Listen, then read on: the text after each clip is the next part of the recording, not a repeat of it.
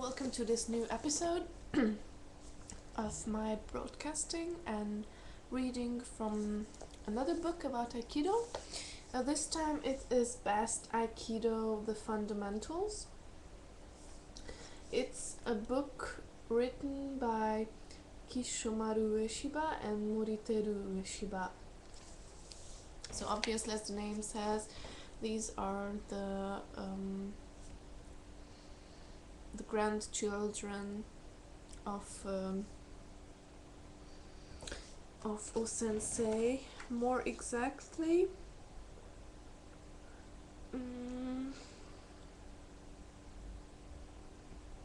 son and grandson of the founder. Kishomaru Ueshiba and Moriteru Ueshiba, son and grandson of the founder. And in this book, I found a really interesting chapter right at the beginning that it's called Aikido Questions and Answers. And I figured you probably would be interested in such a video or such a recording where I'm reading from the questions and answers from this book. So I will just, I started already going through some of them. And I will just go on and read randomly. For example, question that might occur to anyone who started already reading a bit about Aikido is that why are there no contests in Aikido? If we think of Budo within the context of contemporary society, it is clear that it must have some other purpose than teaching people how to use martial art techniques to defeat an opponent. Who is interested in that kind of thing anymore? People are interested in doing things that have practical application to their lives. Modern Budo must have some connection with the problems of daily life. It is one reason that in Aikido there are no contests. In Aikido there is no concept of defeating an opponent. If contests are allowed, this desire to win and the desire to vanquish an opponent arises. That fixation makes it impossible to remain in harmony with nature. Such a fixation is the direct opposition of the natural harmony of heaven and earth. The very purpose of Aikido is to unite oneself with nature and act in harmonious manner with all things in heaven and earth. Such a state of being is impossible to achieve in organized competition, and that is why there are no contests in Aikido. Another question. Will Aikido make me strong? Aikido will make you very strong. In Aikido, we forge the mind and body through daily training. The development of spiritual strength will give you the unshakable confidence to meet any challenge. That is true strength.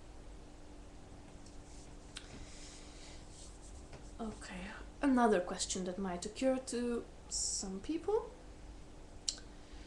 Is physical conditions such as weight training necessary for Aikido?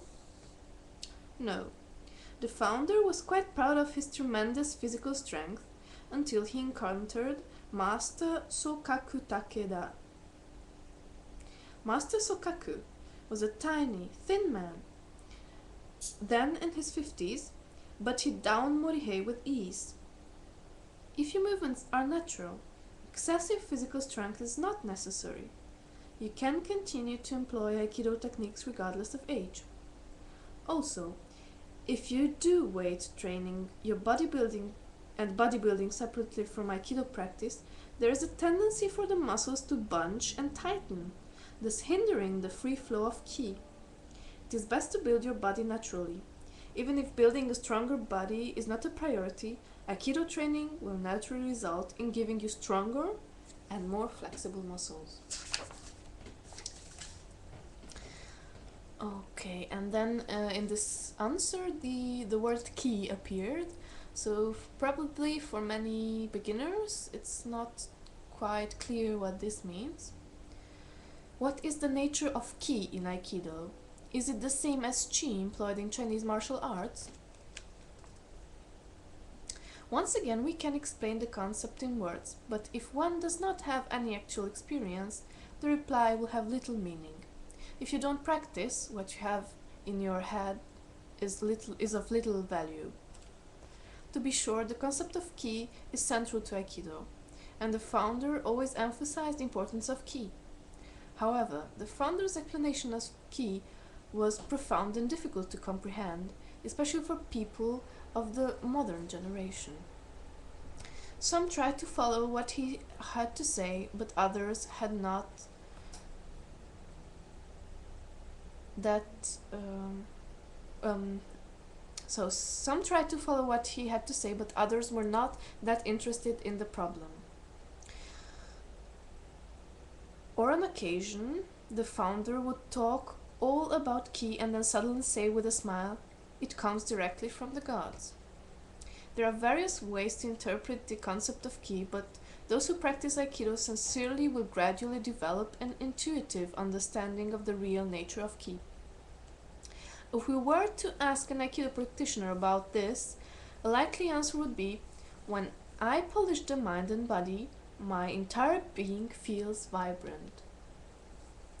However, if we were to explain it to new students like this, ki is a form of enlightenment. Sparks radiate from your belly and pierce the entire universe.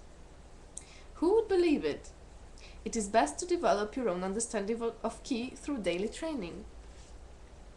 Regarding the relationship between ki and chi, they are similar, but they are applied differently.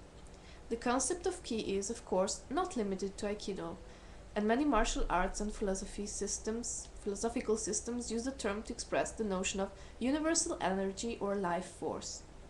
There are many points in common between Aikido and Chinese martial arts, but the respective approach is different, and we should not consider them identical. They should be appreciated as two separate and independent systems.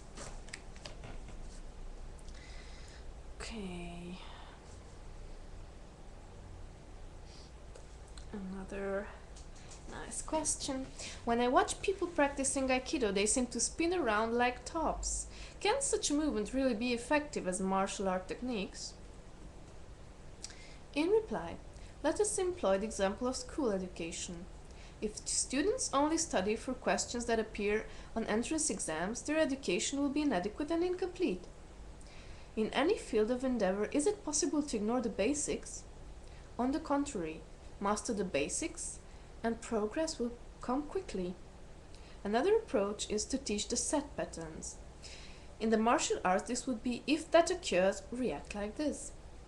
This appears to facilitate learning, but in fact, it is of little help in real situation. It is impossible to postulate a set response for every contingency, and in a real situation, you do not have the option of dictating to your opponent what kind of attack he should have. Let's look at Aikido training methods more closely. We practice seated techniques that have no practical application in modern society. Everyone sits in chairs nowadays. But training in such techniques helps you develop strong legs and hips, a solid center, and good breath power. It is not possible for every movement to have a practical application, but training in the basics will eventually give you the ability to make an appropriate response in real situations. Furthermore, powerful ki is generated by circular movements. In order to draw a beautiful circle, it is necessary to have a true center.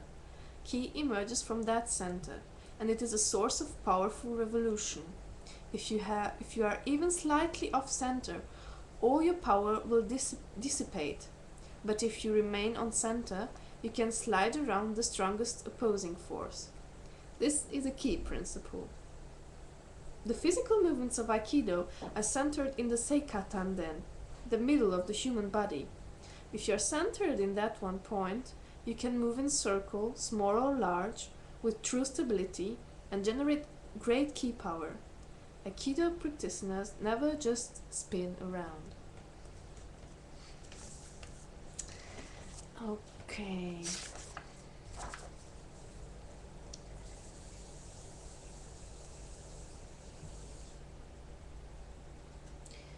And this is another important thing.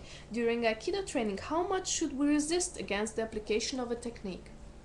If we resist too much, it makes it difficult for a partner to train. If we do not resist at all, what is the meaning?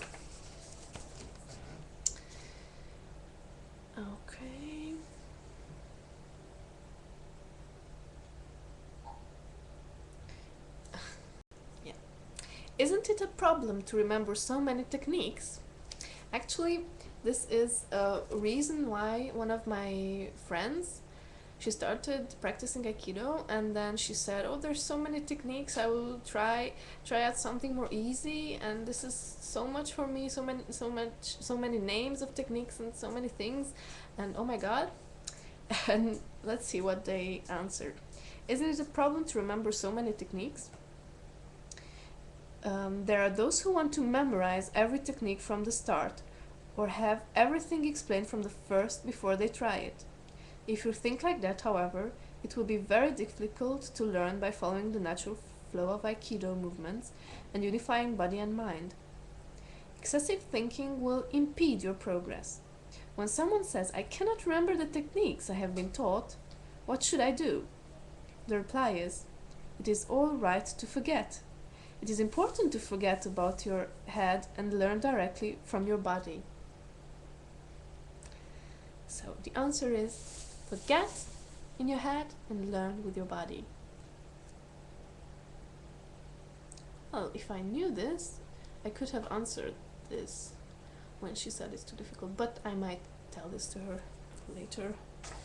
Maybe it's not too late yet. Okay.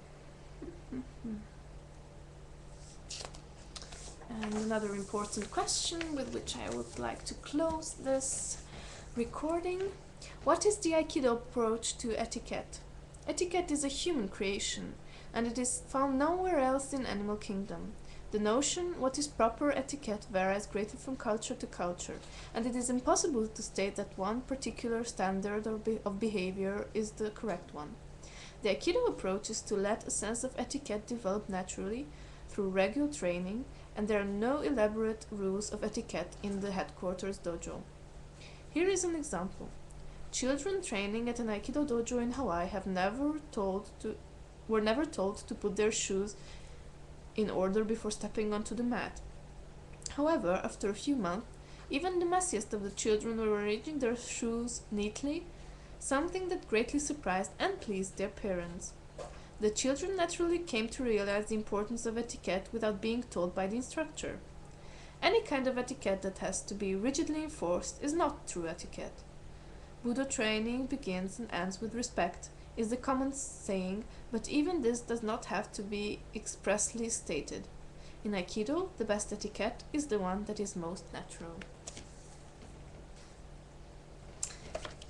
And maybe just one last question and answer, because I found this one also very important. What is the most important relationship between Aikido training and everyday life?